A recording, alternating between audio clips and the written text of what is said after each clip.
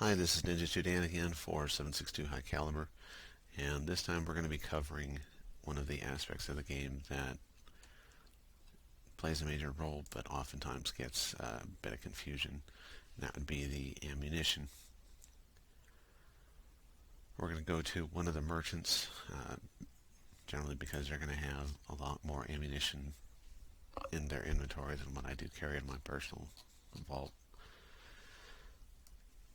One of the first aspects of ammunition that people need to be aware of are these stats. And generally when I'm looking at the stats of ammunition, I like to be able to compare a baseline along with the various options.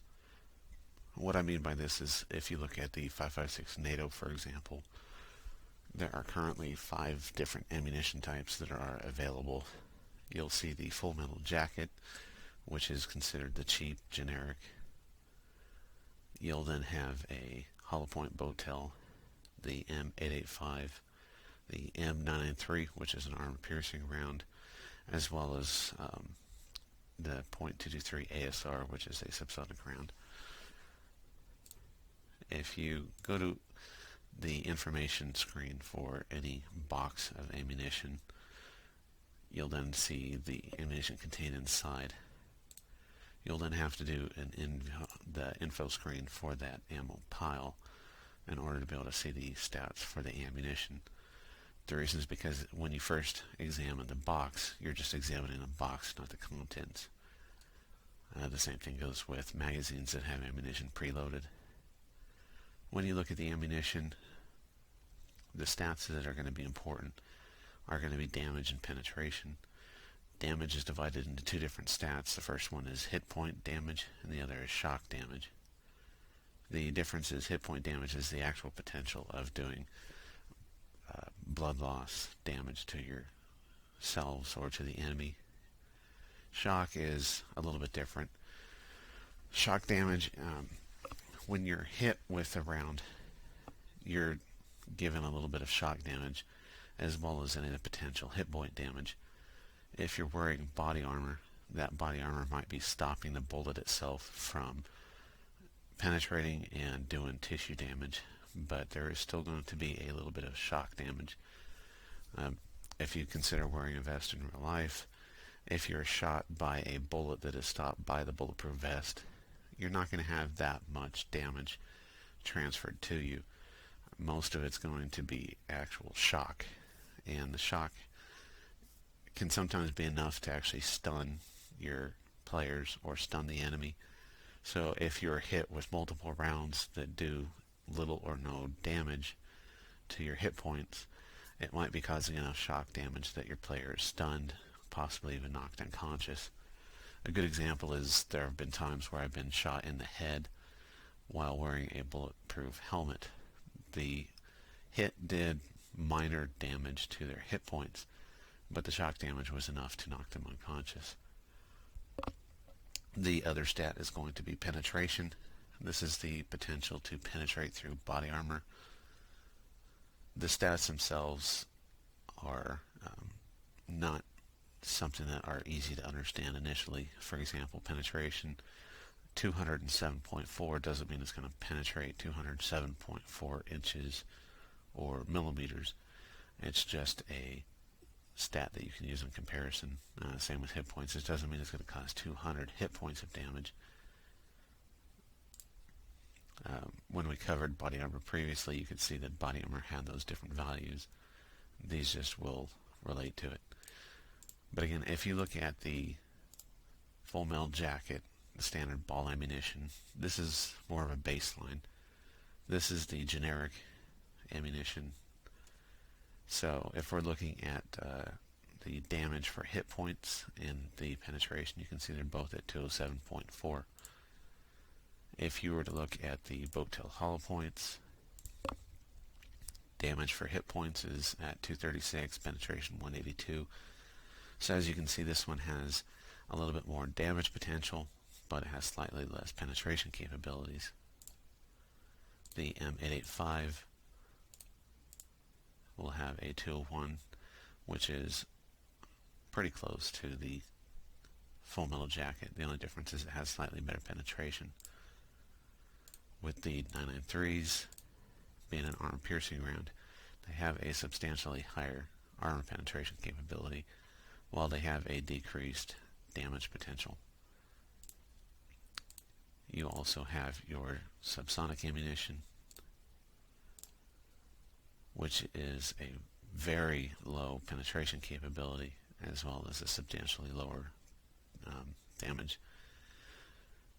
The reason that this round has such poor stats is because, being a round fired through suppressors, normal ammunition is going to be supersonic, which means after it is fired, its velocity is going to cause it to break the sound barrier. You'll have a crack as the bullet goes supersonic.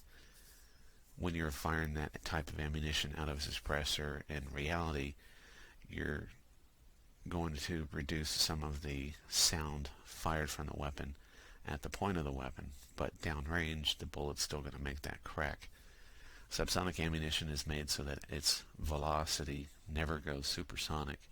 So while you're reducing the sound at the weapon itself, you're also going to reduce sound because there's no crack from the bullet being fired. Makes it a lot more difficult to identify the shooter's position and to give away the fact that you're firing bullets. Generally, with subsonic ammunition fired through a sound suppressor, if you're far enough away, the only reason the enemy is going to know that bullets are coming their way is the bullet impacting the ground or walls. In this game, I am not aware of subsonic ammunition having any positive effect compared to the other ammunition. You're still able to fire the ammo that's standard out of sound suppressors, and you'll still see a little bit of that reduced sound level. But by doing a comparison of those, you can see that the armor-piercing rounds will definitely have a lot better armor capability. Unfortunately, they are also doing a bit less damage. If you're going up against unarmored foes where penetration doesn't matter at all, these would be a poor round choice because they're doing less potential damage. While the hollow point rounds, on the other hand, are going to be doing more damage. If you're going up against a target that is armored, the armor-piercing rounds obviously will be getting through fairly easily. The hollow point rounds might have trouble getting through a few times until the armor has degraded. Personally, when I'm starting off, I was preferring to go with the 885, which is more of a midline. Gave you a little bit better armor penetration capability while still retaining almost the same level of damage as the baseline Full Metal Jacket. The ammunition that you choose is going to be more of a personal preference, either due to cost, what's available, or simply just the way that you do your combat. Also, earlier on in the game, you're going to find that the enemy is not wearing any body armor, while later on in the game they are.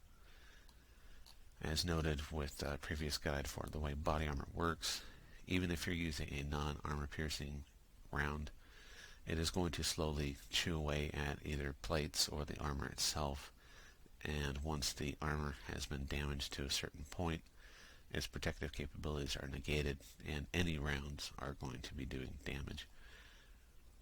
So, if you think that the enemy is going to be wearing any body armor, it is probably a good idea to go with something that has at least some armor penetration capability, which would be either the actual armor-piercing rounds or what I call the mid-grade, which is a mix between the stats. Earlier in the game, though, you might opt to go with something either having more damage potential. Another option is some of these rounds are considered specialty rounds. For example, with the 12 gauge, normally you're going to be seeing a lot of the standard double-aught buckshot rounds. As you can see, the individual pellets are going to have the damage of 43 with a penetration of 8.6. If you look at the flechette rounds, on the other hand, which are firing several small darts, These are intended to have a better armor penetration capability, but they are going to do less damage. So again, you can choose what you need based on if you feel the enemy is going to be wearing armor or not. While flechette and buckshot are multi-pellet or multi-dart and will have a spread to them, you also have the option of either firing slugs, which are just one big bullet. You can see that these do have great penetration capability for a shotgun, as well as quite a bit of damage. These, the sabos, on the other hand, are similar to a slug in that they are firing one projectile. The difference is, if I remember correctly, the 12 gauge sabo, the bullet that is fired is a 5.56 NATO bullet. That smaller bullet is then encased in a smaller plastic shell. When the round is fired, the smaller shell on the outside will fall or shred off, allowing the smaller bullet to travel at a much higher velocity. So if you look at the amount of powder and size of the 12 gauge shell compared to a 5.56 round, you're able to pack a lot more force through a shotgun shell than a 5.56 round, which means that that little tiny bullet is going to be able to push out at a greater velocity with more energy behind it. So the sabo rounds are definitely going to have a lot more armor penetration capability, but fairly often will have a lower damage potential. So you can see here it's a 270, 360.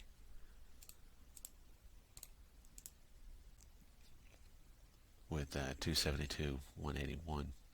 So the sabo is almost the same damage capability, but it's essentially better penetration. If, again, you're going up against armored targets, you will probably want to go with a sabo. If you're going against non-armored targets, the slugs are going to be a better choice. Initially, earlier on in the game, sabo rounds and flechette rounds are not as common as the slugs and buck. How you load them is going to be up to you. Earlier on, a lot of the calibers that you are going to be finding are for submachine guns, because that's the weapon type that's commonly more available earlier on. If you do happen to come across anything that says VBR, which, as you can see here, for the majority of calibers, you will have some type of a VBR round. VBR are the armor penetrating version. So for the 9mm, for example, the standard generic ammunition that you're often going to find is going to be the M882s, which, as you can see here, the damage capability is going to be at 127, penetration 71, while the VBR, again, 127, 81, this one is at 127 and 165.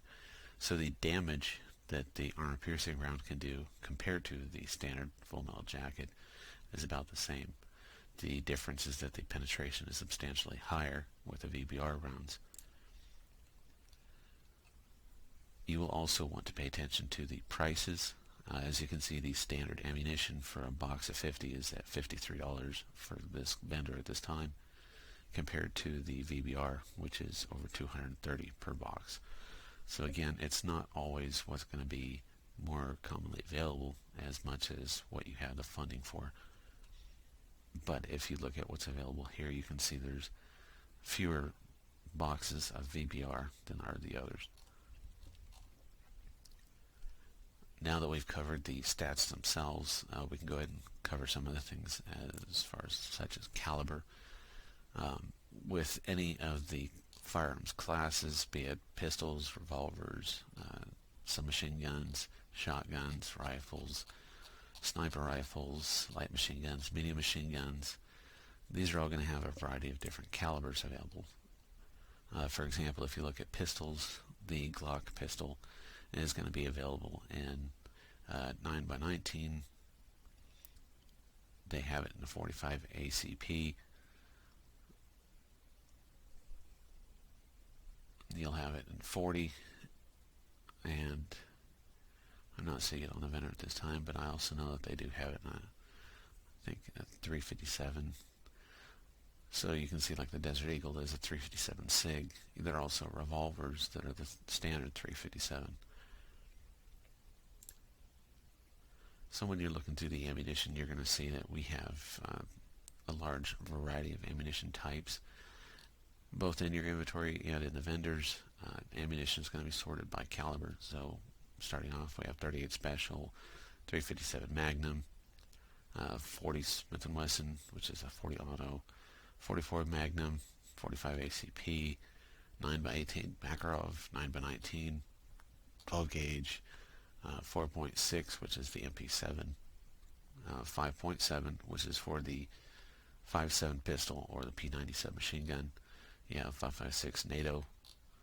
You have a 6.8 7.62 by 51, which is 7.62 NATO.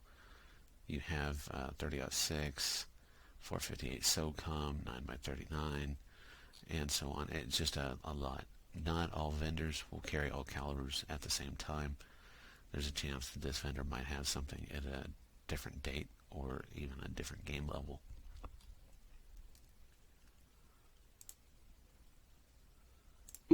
I guess one more thing to show at the vendors. In addition to the ammunition itself, it has two styles that you can generally purchase it. One of them is going to be in the various boxes. These boxes are going to have an ammo count depending on the size. So for example, pistol calibers will generally have 50 rounds per box, while rifle calibers will have 20 rounds per box. Shotgun rounds will generally be 10 rounds per box.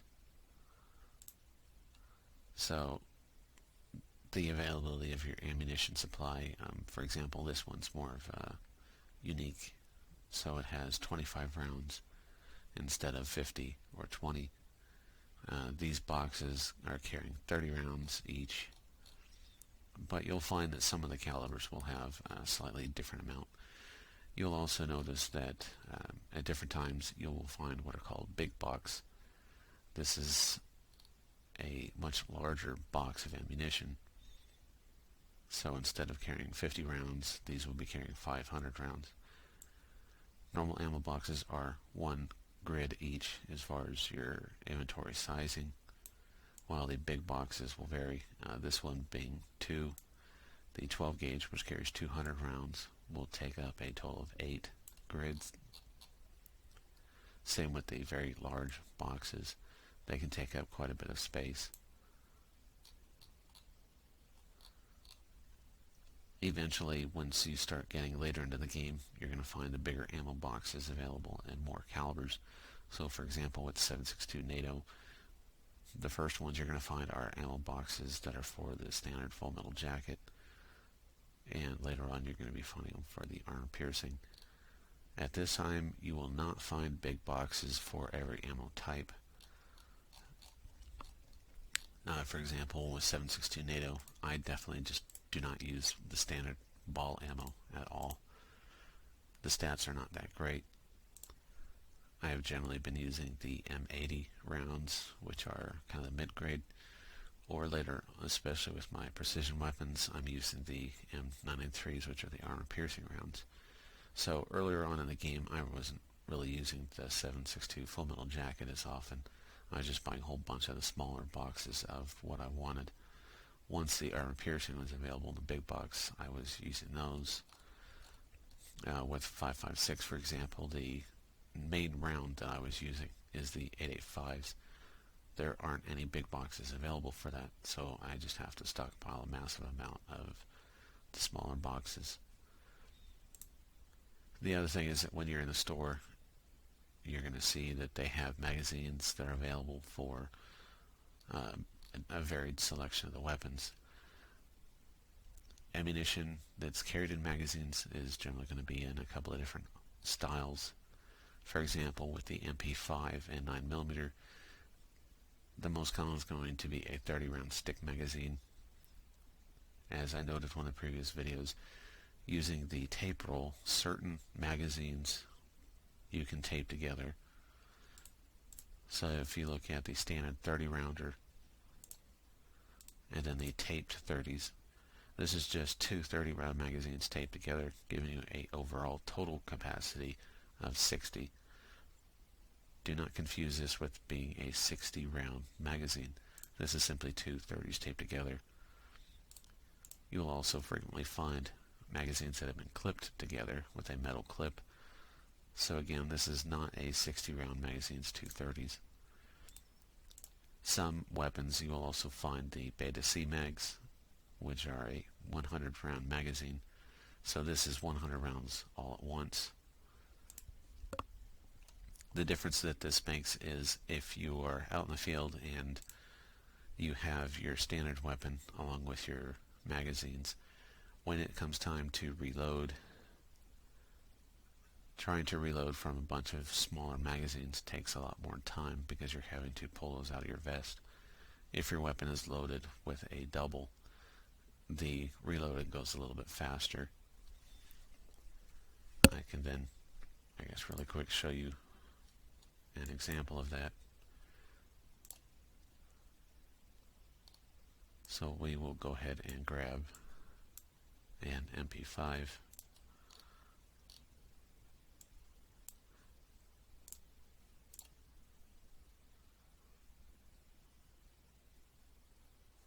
Oh, my bad. And in our inventory, I will place a couple of the standard magazines as well as the taped.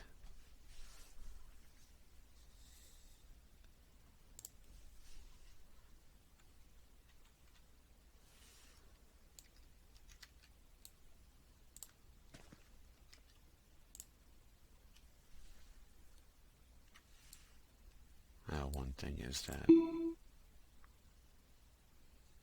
oops, sorry, wrong vendor. For your own consideration, I think what I'm going to be doing is attaching a suppressor to this weapon, because the report that's going to be coming out of it might be a little bit loud for the recording. I think it'd be easier on your ears if during this demonstration I do it with a suppressor installed. So with the standard 30-round magazine,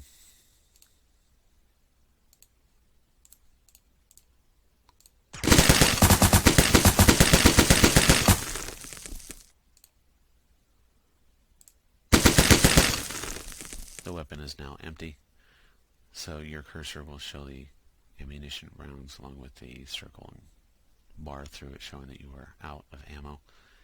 If you decide to reload, if you click right now on something, he will automatically reload himself.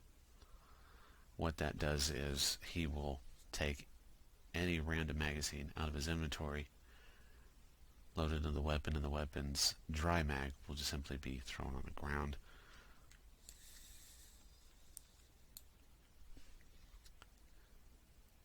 Or in this case, because he had an available pocket, he went ahead and dumped it in there. So by doing this, we are having to still reload manually in the middle of combat. The other way is if you're firing your weapon, you go dry. Instead of having them auto reload, you can also choose to take whatever full magazine is there, click and hold, drag it to the weapon, and then place the old empty back into a pocket. It is now reloaded. Doing this does take a little bit more time. If you have a double that's been taped or clipped, on the other hand, if we tell him to fire all of those rounds,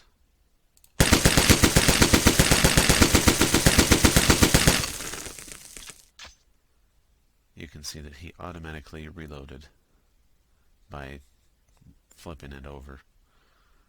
That way he doesn't have to fumble with anything in his inventory. The act of reloading through flipping the magazine over is very quick compared to having to take one out of your pockets. What that means is that if you are ever able to have magazines that are clipped or taped, you're definitely going to have a better ability to reload faster. And again, if you do have two magazines of the same type that are compatible with taping, just grab one and then release it over the other and it will tape them.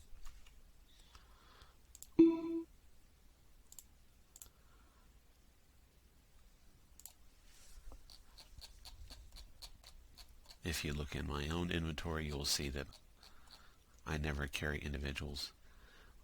Magazines that can be taped have been taped, and other times I use clipped. Personally, I like the visual of the clipped magazines over the taped magazines. Some magazines you can only get taped, you cannot buy them clipped. Also, obviously, I'm a fan of C-mags. While they do have more weight, I like the fact that I can go into firefights and have to not worry about reloading as often.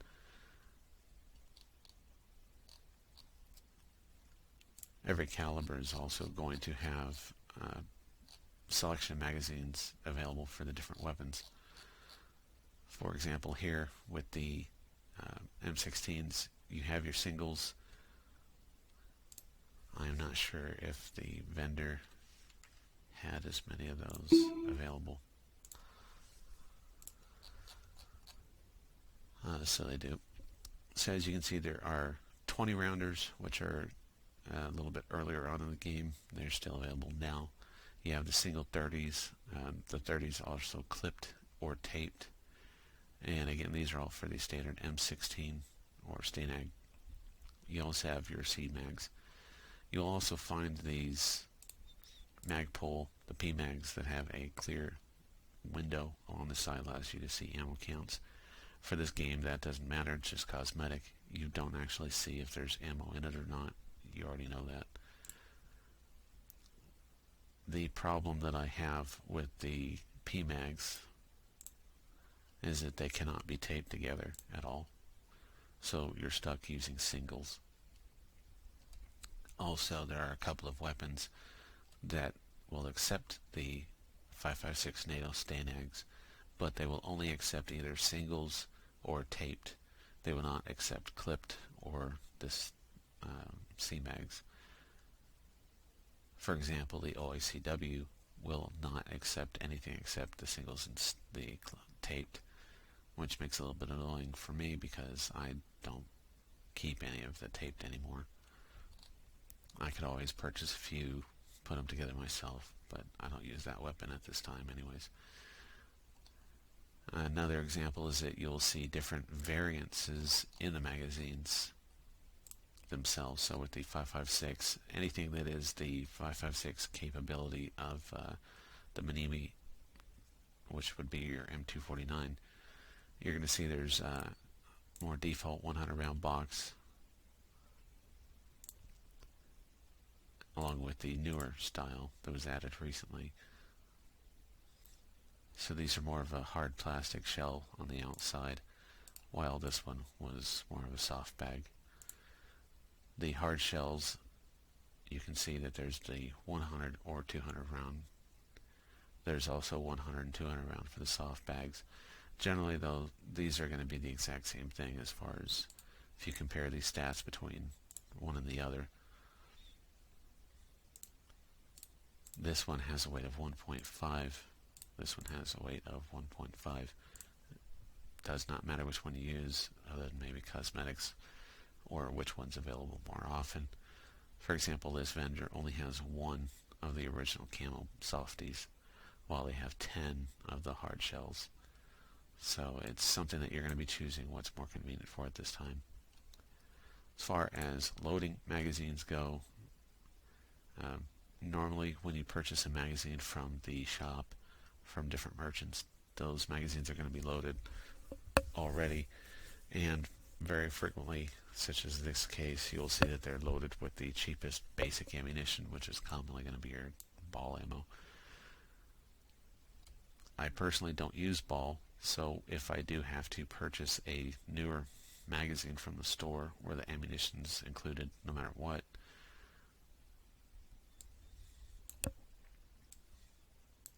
For example, if I'm wanting that to be filled with the 885, you would simply buy the ammunition that you need if you don't have it in a backpack or your personal vault. After you've bought it from the store, go to your inventory. The magazine itself, when you right click, you will see the option to unload ammo. You can then put that wherever you want. Since I don't want it, I'm just going to dump it on the ground and choose stick it to the trunk. That way it can be sold later on.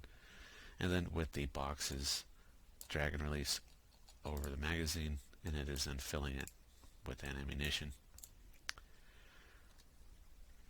The other option, which I generally don't use because it's a little bit confusing, is if you choose to fill magazine. This will show you the rounds that are loaded in that magazine currently, as well as the different ammunition that you have in your inventory. So if we want to fill it, we just keep clicking. This is kind of interesting because it allows you to actually go through and load ammunition into a magazine one at a time. So technically, if you wanted to have a mixture, if you had a couple of different ammo types, for example, I guess I can even show you that real quick.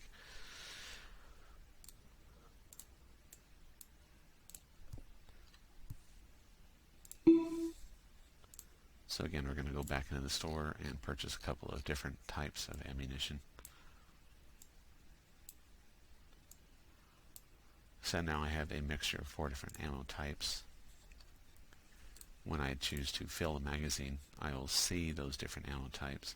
Right now we have the 75 rounds already loaded. So if I want to go through and start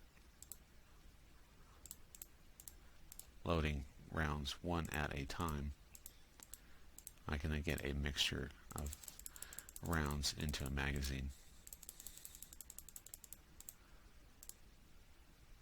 Now that it's full, it will tell you that it's full. So you can see that we have a different mixture. Obviously the ones that we have inserted most recently are going to be on the left, so as you're firing a weapon, those will be which come out first. In real life, for example, belted ammunition will have a 4-1 mix, so it'll be 4 rounds of standard ammunition, and then your 5th round will be a tracer round. So that way for every 5 rounds, you're pumping out 1 tracer. You don't want nothing but tracer rounds. But that way, if you're firing a belted weapon such as the 249 saw, M240, M60, whatever your weapon is, you'll be able to fire those weapons in a sustained mode and still have a tracer every 5 rounds that allow you to keep your rounds on target.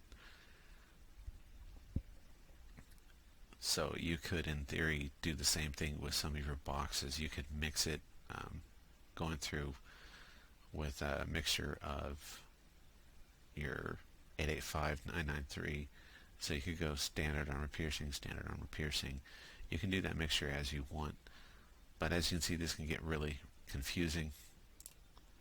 When you go to see the magazine itself, the description of it, if you look below, it's now very long description. You can't quite see all the round types because it starts to get cut off. And when you try to unload the ammo, it will only unload each type at a time.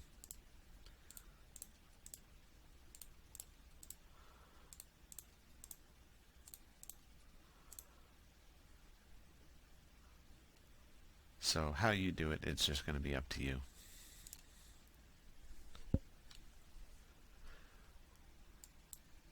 When you are out in the field, there are a few different options that you will have as far as carrying spare ammunition. Because you're not just doing the missions themselves, you're going to frequently have random encounters. That means that while you're out, either on the way from your home base or one of your lockers to a mission site, you're already geared up, you're ready for the fight, and now you have a random encounter. So now you're going to have to burn through some of your ammunition. You're going to have to possibly burn through some of your medical supplies. Your body armor might be damaged, so you might have to replace some of that. You'll have 2 options. You can either turn around and go back to a locker or wherever you have your supplies so that you can gear up again for the fight. That becomes a problem because it seems like every single time you've just recently refreshed your supplies, you're headed out, you constantly start running into those random encounters. The other option that I personally do is that in my vehicle I will carry spares. So for example, I have extra body armor, helmets, plates. I also keep the different bags. This was covered in one of the previous guides, but the newer bags will have an icon on them. So for example, this bag here shows medical. So inside of it, I have a variety of medical supplies. If I'm out in the field, my medic consumes all of her first aid kit, using it to heal my people. Instead of having to go back to base, I can then go ahead and just grab one out of here. As this gets low, I can then go back and resupply it later. As far as ammunition goes, there's a box that says ammunition's backpack. I will generally load this with the variety of ammunition that my personnel are using in the field. Obviously, I'll tend to use big boxes instead of the smaller boxes. So if you have people using a variety of calibers, you just simply need to carry the surplus ammunition here in a box so that after the fight itself, they can go through and ammo up this way.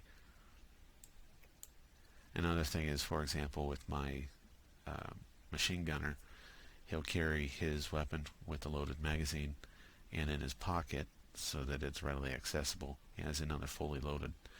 There are not that many times in combat where your people are actually going to use up all the ammunition that's in their inventory. But in this case, if just under that circumstance he did, he also does carry some of the loose ammunition so that if his magazine are both dry, I can dump this into it. Another thing is that if I don't want to have to keep grabbing it out of the pack, I can use the handful of ammunition to top off partially used magazines.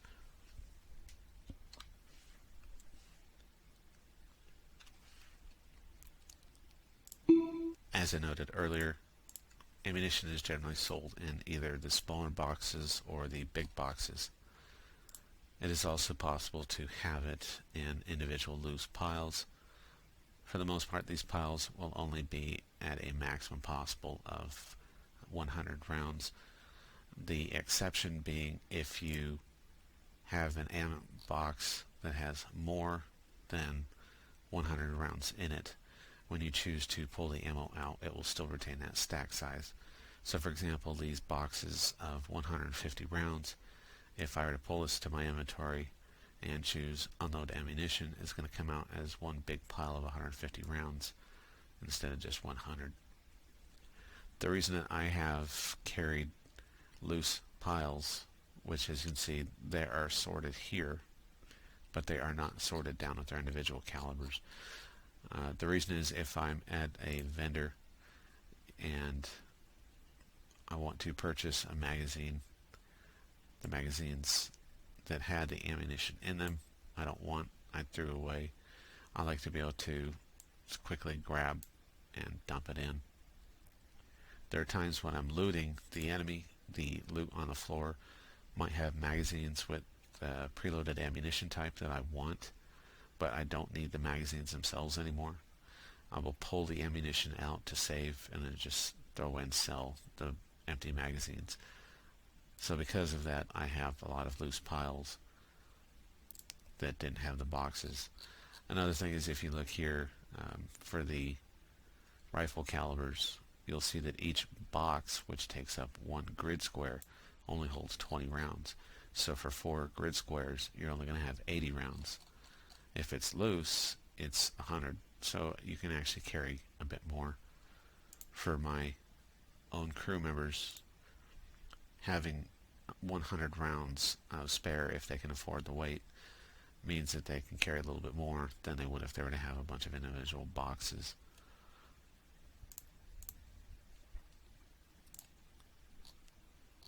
The size of magazine that you choose is going to be dependent on a few different options. One, it's going to be what's available to you. When you're first starting off the game, you're going to be finding smaller magazine capacities. Of course, if they are compatible, you can start taping them. The enemy even might start eventually carry taped magazines. You can also find beta C mags, drums. Those would be available as your game levels progress. They are a bit heavier. It can affect the weapon's balance. For example, with the SIG 552, it's pretty much intended as a close quarters weapon, so having the smaller magazines are a little bit of an advantage.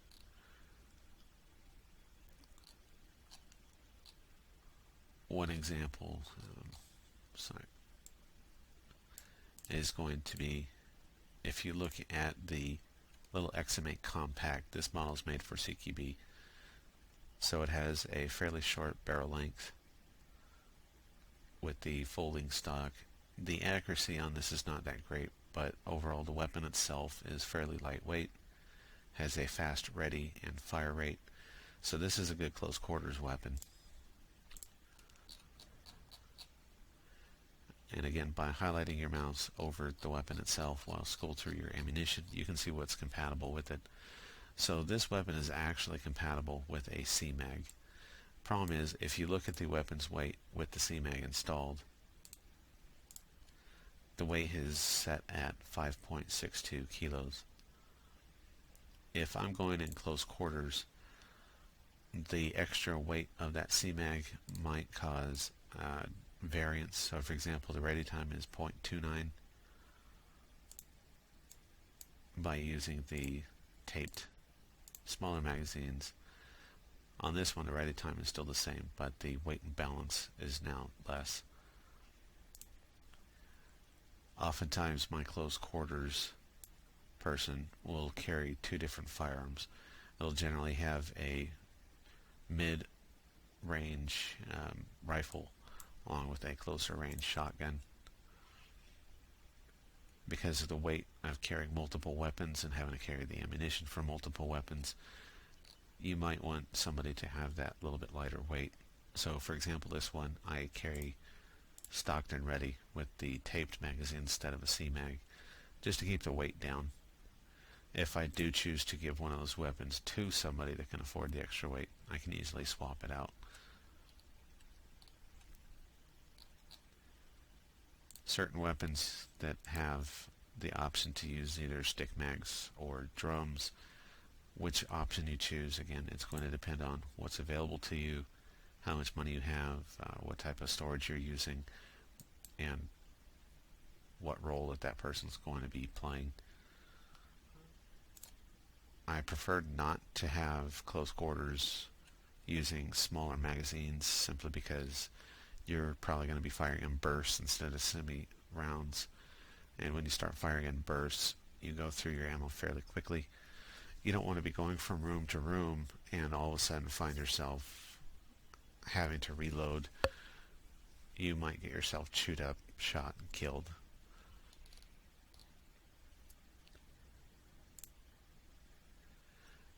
As far as the field reloads, again, with the different pockets, only the top slot of your vest and the very top portion of belts are going to be what you have access to outside of your inventory screen. Anything that's carried in lower pockets, additional pouches, or in backpacks takes longer to take it out and use it. So if you're carrying extra ammunition inside of those compartments, it'll be a lot slower to access than it would if it were in one of your initial compartments. So you really want to take that in mind if you have a lot of extras. For example, with my 203, I do carry a standard supply of the grenades that I want to use first up in the top pouch, so from the screen I can quickly reload and it's fairly quick. On the other hand, I will carry additionals in smaller pockets. If I'm not directly engaged in combat right at this very moment, I am free to reload using those. Won't make that big of a difference. But for example, if you looked at one of my close quarters personnel, they have magazines built in the top and bottom.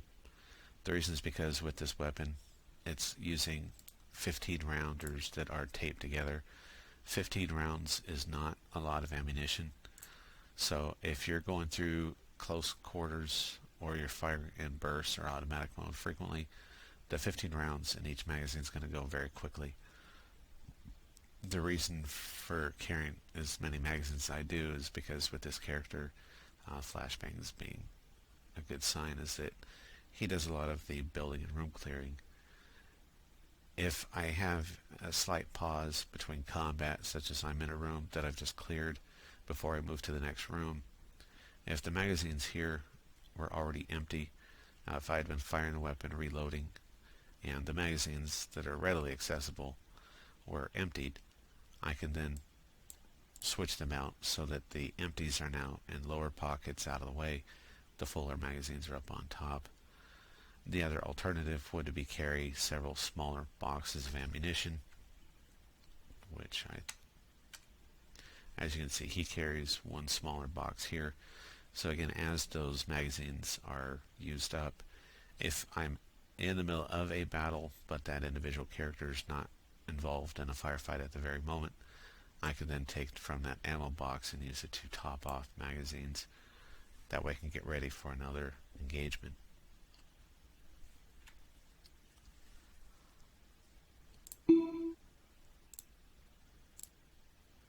Another thing is people will often have questions regarding which one do I really want to use. Do I want to go with the armor piercing or do I want to go with the standard? If you have an enemy that is wearing body armor, non-armor piercing rounds are first going to start chewing away at plates, then they'll start chewing away the body armor itself, and then they will start doing physical damage.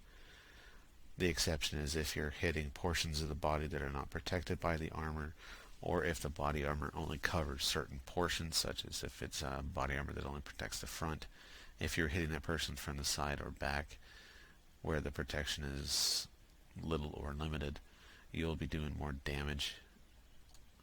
But if you're trying to take out somebody that has really good strong body armor and you're not hitting legs or arms, trying to kill them with non-armor piercing ammunition takes a while. Those first rounds are simply just chewing away at the armor itself, but it's not causing health damage. That can give the enemy more time to engage and kill your team. On the other hand, if you are using the armor piercing rounds, it'll go through and start doing hit point damage right away.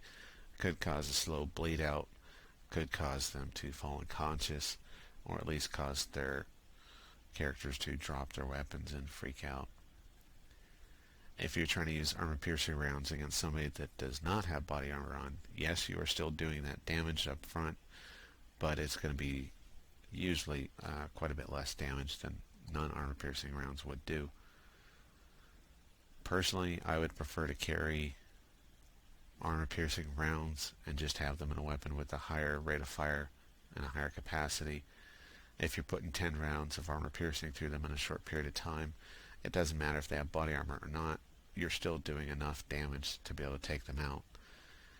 If you're doing a burst of 10 rounds with non-armor piercing, it might only be the last couple of rounds that are really doing any damage, so you start to consume your ammunition fairly quickly. And if you do have any misses, that just means that that's more rounds it's going to take to defeat the enemy. So using that principle, the armor piercing rounds are going to be a better option. If you have a weapon with a slower rate of fire, it might be a good idea to carry a mixture.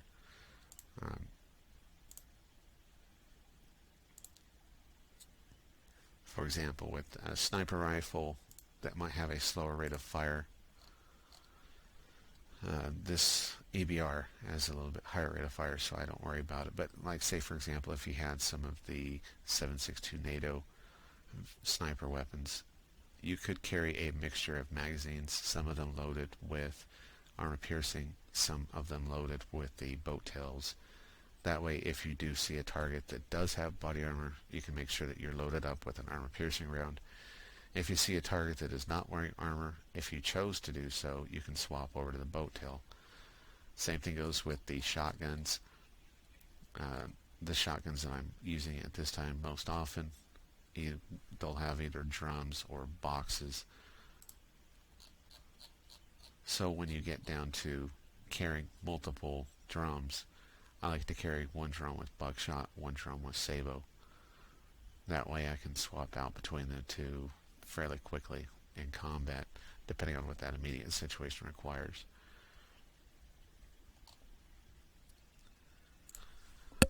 We are almost done with the ammunition portion. There's just one other little quickie that I thought people might be interested in seeing.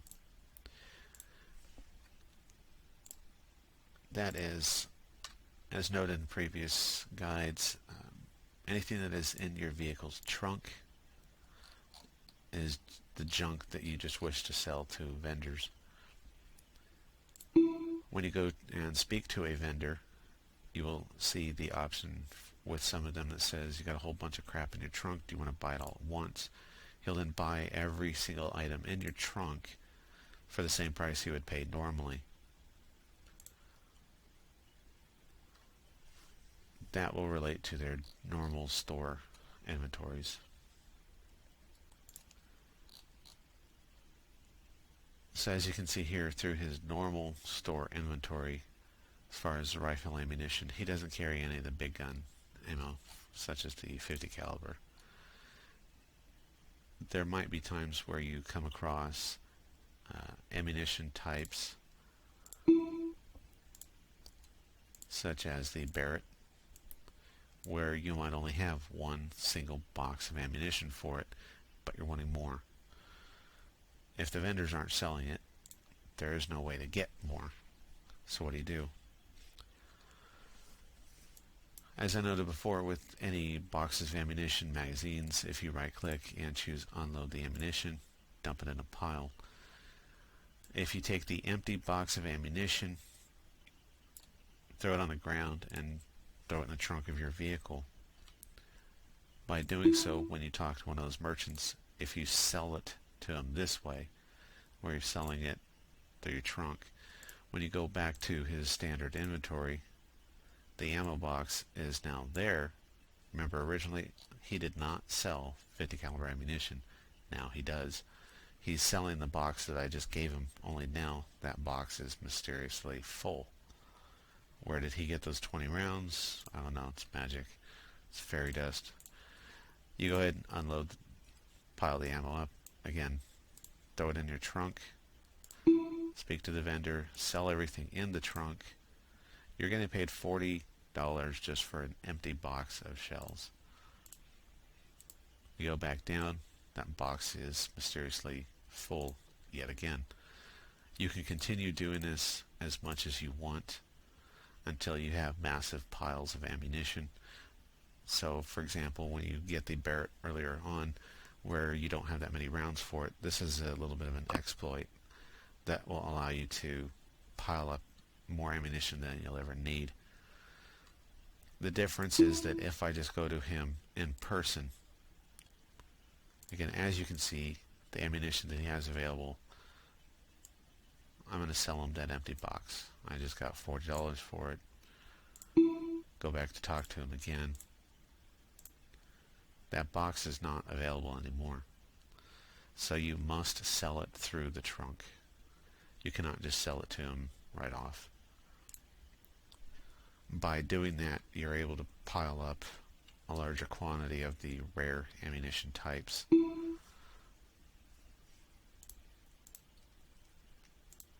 Which is why you can see I have both for the 408 and for the 50 caliber. I had done that enough to have two full piles, which is 200 rounds, instead of just 20 rounds in the box that they gave me. I couldn't find it on merchants, so that was why I was able to get more ammunition than I was able to. Later on, though, I started finding more of it, so I quit doing that. That only works with the boxes of ammunition. From what I understand, it will sort of work if you do the same thing with magazines. So, for example, if we have the Gepard rifle, which is a 50 caliber,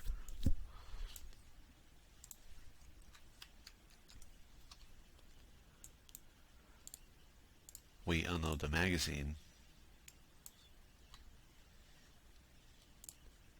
make sure that that magazine is in our trunk. If you then sell him everything that's in the trunk, go to his inventory, he will now have that magazine that is now fully loaded. Obviously, doing a 20 round box of shells is better than 5 round magazine. You're getting 20 rounds at a time instead of 5.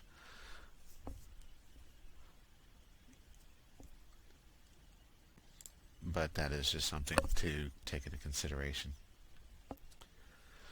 That will pretty much cover everything as far as ammunition. If anybody does have any questions regarding ammo, just let me know.